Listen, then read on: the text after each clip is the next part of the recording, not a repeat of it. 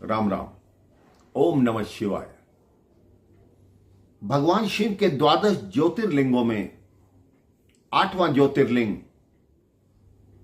श्री त्र्यंबकेश्वर ज्योतिर्लिंग है। कहते हैं एक समय ऋषि गौतम अपनी पत्नी अहिल्या और अपने शिष्यों के साथ ब्रह्मगिरी पर्वत पर रहते थे। बहुत वर्ष हो गए, वहां वर्षा नहीं हुई, हर तरफ सूखा पड़ गया, खेत सूख गए, सब प्राणी निढाल हो गए, भगवान से वर्षा की पुकार करने लगे। तब ऋषि गौतम ने वरुण देव की तपस्या की। 6 माह की तपस्या के बाद वरुण देव उन पर प्रसन्न हुए और वर मांगने को कहा। ऋषि गौतम ने कहा कि यहां वर्षा कीजिए या हमें जल प्रदान कीजिए। वरुण देव ने उन्हें कहा, वर्षा का विभाग मेरा नहीं है, लेकिन आप एक गड्ढा खोदिए। ऋषि गौतम ने गड्ढा खोदा। वरुण देव ने उसमें दिव्य जल भर दिया और कहा कि ये जल कभी समाप्त नहीं होगा और इस पूरे क्षेत्र में हरियाली ला देगा। अब वो दिव्य जल इतना प्रभावशाली था कि उस जल के आते ही चारों तरफ स्वयं ही हरियाली होने लगी। वहां के लोगों की प्यास बुझने लगी। जो भी आता उसी दिव्य जल से अपना पात्र भरता। एक दिन की बात, ऋषि गौतम के कुछ शिष्य उस गड्ढे के पास जल लेने गए। वहां कुछ ऋषि पत्नियां भी आ गई। दोनों में बहस छिड़ गई। वो कहें पहले हम जल लेंगे, ऋषि गौतम के शिष्य कहें कि पहले हम लेंगे। इतनी देर में वहां देवी अहिल्या आई। उन्होंने कहा, आपसे पहले ये बालक यहां पहुंचे थे, पहले ये बालक जल लेंगे, उसके बाद आप लेना। ऋषि पत्नियां क्रोधित हो गई। उन्होंने कहा, क्योंकि ये दिव्य जल तुम्हारे पति की तपस्या से आया है, इसलिए तुम पक्षपात कर रही हो और अपने शिष्यों को पहले जल दिला रही हो। देवी अहिल्या ने कुछ नहीं कहा और वो शिष्य जल लेकर चले गए। लेकिन ऋषि पत्नियों ने जाकर अपने पतियों को जाके और ज्यादा बात बताई, जितनी बात हुई भी नहीं थी। उनसे हठ किया कि ऋषि गौतम को नीचा दिखाना है।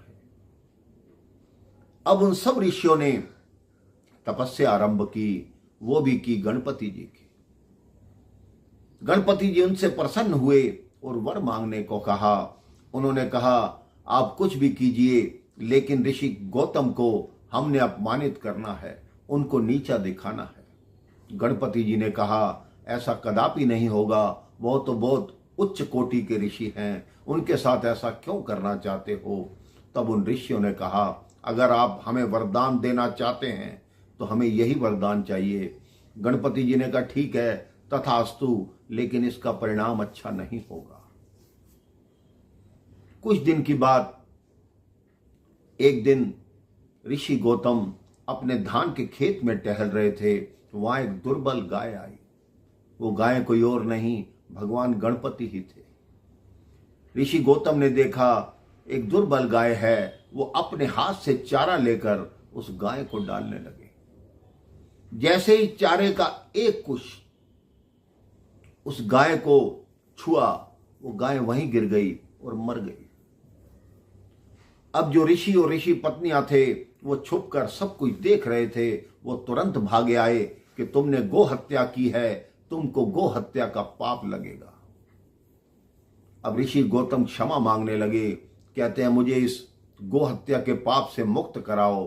तब उन्होंने कई उपाय बताए जो कि बहुत अधिक कठिन थे, लेकिन अंत में बताया कि तुम सबसे पहले इस पर्वत की 100 परिक्रमा लगाओ।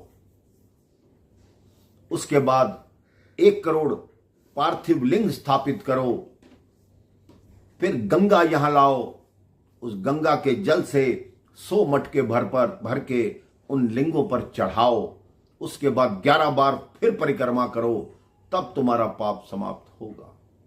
ऋषि गौतम ने हर्षित होकर उनकी आज्ञा स्वीकार कर ली। उनकी धर्मपत्नी अहिल्या ने भी उनका साथ दिया। उन्होंने 1 करोड़ पार्थिव लिंग बनाए, पहले 100 परिक्रमा भी की। जैसे ही वो लिंगों की पूजा करने लगे, भगवान शिव प्रसन्न होकर वहां प्रकट हो गए। भगवान शिव ने कहा, वर मांगो। ऋषि गौतम ने कहा, हे प्रभु, मुझे निष्पाप कर दीजिए। भगवान शिव ने कहा, ऋषि आप तो सदैव से ही निष्पाप हैं। ये तो ऋषियों की क्रूरता थी, उनकी दुष्टता थी जो आपके साथ ऐसा किया है। मैं उनको छोड़ूंगा नहीं। ऋषि गौतम ने कहा, प्रभु, अगर वो ऋषि ऐसा ना करते तो मुझे आपके दर्शन कैसे होते। तब ऋषि गौतम ने कहा कि मुझे गंगा प्रदान कीजिए। भगवान शिव ने गंगा से निवेदन किया कि आओ, आप पुनः एक बार यहां धरती पर आओ। मां गंगा ने कहा, मैं आने को तैयार हूं, लेकिन मेरी एक शर्त है कि आप भी यही निवास करेंगे। और दूसरी बात, सारे देवता मेरे पास आया करेंगे।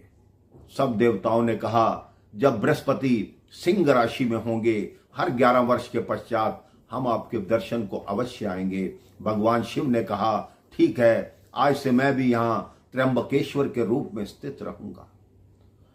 वो नदी जो भगवान शिव ने गंगा के रूप में अवतरित की, उस नदी का नाम गोदावरी था। गोदावरी नदी वहां बहती है।